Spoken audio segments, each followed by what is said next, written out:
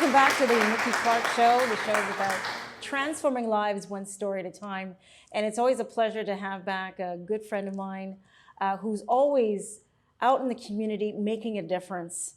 He is the founder of Keep6ix, and I'll get him to share what that is. And also, we have a wonderful gentleman who is the program coordinator or program manager for the Young Street Missions, and we'll talk about what he does. So please welcome Richard Miller and Eddy Martinez to the show. Welcome, gentlemen. Thank you. Good Nice to have see you again. Great to see you. Pleasure. Nice to see you. Thanks for coming on the show, Eddy. So Richard, tell us a little bit about Keep6ix. How did that start? Keep6ix is an organization that started it's about 2 years now. And the whole purpose behind Keep6ix is empowerment of young people in their community. I find that a lot of young people just don't have the support, and also individuals who's been through the justice system. When these individuals come out, they need support, they need employment, they need guidance, they need mentorship. And one of the things that I try to do is educate them about how they can move forward in life, but also about navigating a positive life and also making good, healthy choices. Mm-hmm. Excellent. And what drove your passion to start this organization? Myself personally, I had an experience with our justice system, and after I had seen what happens behind the walls, especially when it came to young Black males and females I've heard about, I wanted to make a difference, and my main goal was to speak about the injustice that takes place, but also to give individuals the opportunity of not getting themselves in that position moving forward in life. So I started Keep6ix, and I started speaking about how to navigate through it. I had a form that's called Empowerment to Unlock the Justice System, and that form itself entitles of a defense lawyer, someone who works within the justice system, a psychologist, because there's a big mental health that affect these young people after their release. So continuing doing that, and I wanted to educate not just the young people, but the families also.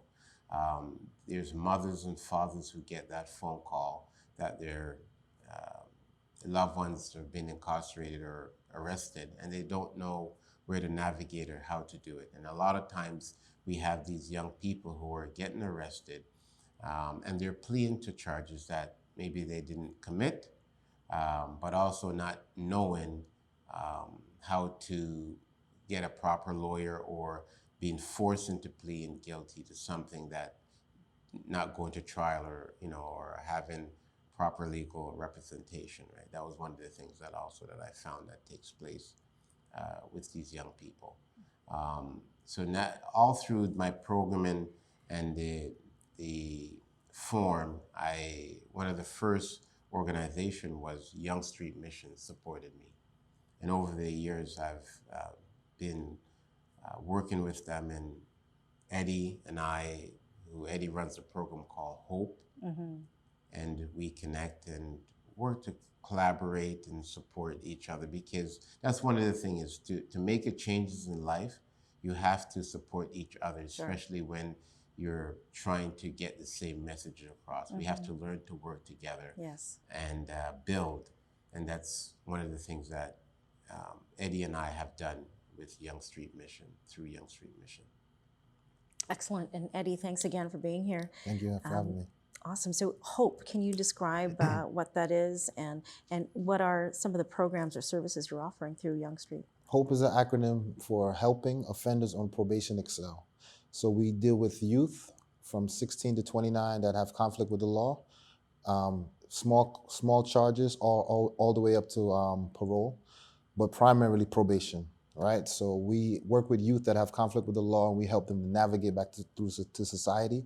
Also, we help them to satisfy the court orders. Probation orders, when somebody have runnings with the law, they will be on probation, or they have a court order that have restrictions, right? And these restrictions, the problem with what the youth faces in Toronto is that a lot of the services or the service providers throughout Toronto, so that one individual that's on probation will be sent to a counselor over on the east side, and then he have to go see anger management somewhere else. So it's all over, like, it's just a lot of work for an individual. It's almost like a career, to rehabilitate, right? Yes, So so it's very challenging. So what we do now at Yonge Street Mission Evergreen Center, located at 365 Spadina Avenue, we have multiple services there. So then it's like a one-stop shop, like a Walmart, for those who have issues with the law, because we do have housing support, we do have employment supports, we have a lot of different services, excuse me. We have mental health, we have anger management. So then if these are the things that's on one probation order, they could just come to Evergreen, and a lot of multiple services there, right? And it's a drop-in center as well. We offer free showers, free meals. So then it's just like, it's not just rehabilitative services, but it's a place where one that is marginalized or live in a shelter, street life, they could come and even hang out. We have that section. We also provide free haircuts as well. So it's just a place to be, I mean, we're not trying to harbor or promote, but we're trying to help and rehabilitate. So we know the need for bringing all these services together and providing for them. One of my first things that I do when I meet a client, I ask, where's your mother? The void, I sat on plenty panels, City Hall, different places, different events, meetings, wraparound supports, and we talk, but we don't talk about parents. We talk about all the programs and all the service we want to provide for an individual, but we leave out the parents in the equation. And if you leave out the parents, how can you really come across to an individual, right? So one of my strategic planning is actually get in touch with the parent. Some of the youth are estranged from their mother, for various reasons, growing up hardship, mother remarried in different situations. So what I do now is get in touch with the parents. Some guys, when I visit them in jail, I say, what can I do to help you? Because I'm there to serve, right? So what can I do to help you? Some say, oh, my mother. I'm like, okay, what's the situation? And try to figure out. I call the parents. But what I want to do now, Mothers of Hope, I want to celebrate these strong women, mothers that stay with their children, right? They go through so much. And on Mother's Day, you just say Happy Mother's Day. But right now, they're dealing with people that have offended, right? Commit crimes, and it's hard to still love and still to hang in there and be with and they don't get that attention. We are the invisible heroes of society. When they talk about support system, police, the first one you think about, right? But we do the real groundwork, right? But mothers, they're there, and it's important to have that wraparound. So when the client is not listening to mommy, he's listening to Eddy. When he's not listening to Eddy, he's listening to mommy. So it's a formula that works. I seen a youth call me and say, hey, Eddy, you have my mother keep calling me, so let me do this and get it over. I said, okay, it works. Right. Good job, mom, whatever. But that's the wraparound system, right? Fantastic. And I believe the African proverb, it takes a village to raise a child. That's correct. And I really love to work with people like yourself and Richard with that whole attitude. So thank you very much for what you do, Eddy. Thank you, Richard. Also, how can people reach out to you, Richard, if they want to donate or just do more with Keep6ix? They can always donate to Keep6ix. Just go on our website, Keep, KEEP, the number 6, IX.org, or just reach us on social media, Keep6.org, or you can call us at 1-800-640-3075, and we will always be here. Okay, and you're on Facebook. Facebook, Instagram, LinkedIn, and Twitter.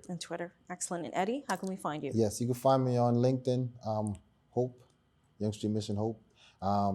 Professional email, hope@ysm.ca. The website, YSMCA. That's Hope. You look up Hope. There's a lot of different services we provide, but Hope, you could just search it out. But more personal is my personal email, Instagram. My IG account is @TheDyingThief. This is where you could now see me. You see the work I do, but you could see me as an individual and little things to get more personal. Because a lot of times when I find people referring clients, a lot of professional organization probation officers will refer a client to me, but they never give it a chance to come and see me. So there's a lot of no shows. But through social media now is where I get a lot of my clients direct. You get to see me, because so a lot of people don't have the time to get to know me, and they say, oh man, this guy's kind of cool. And you know, you have to be cool to get through to these young people, right? So at The Dying Thief. Okay, all right, making those strong connections through Instagram. Awesome. That's correct. All right, well, I appreciate your time. Thank you so much, Richard. Thank you. And Eddy. Thank you so much. Keep up the great work. Yes. All right, so this is Richard Miller and Eddy Martinez. Look out for them on social media. Oh.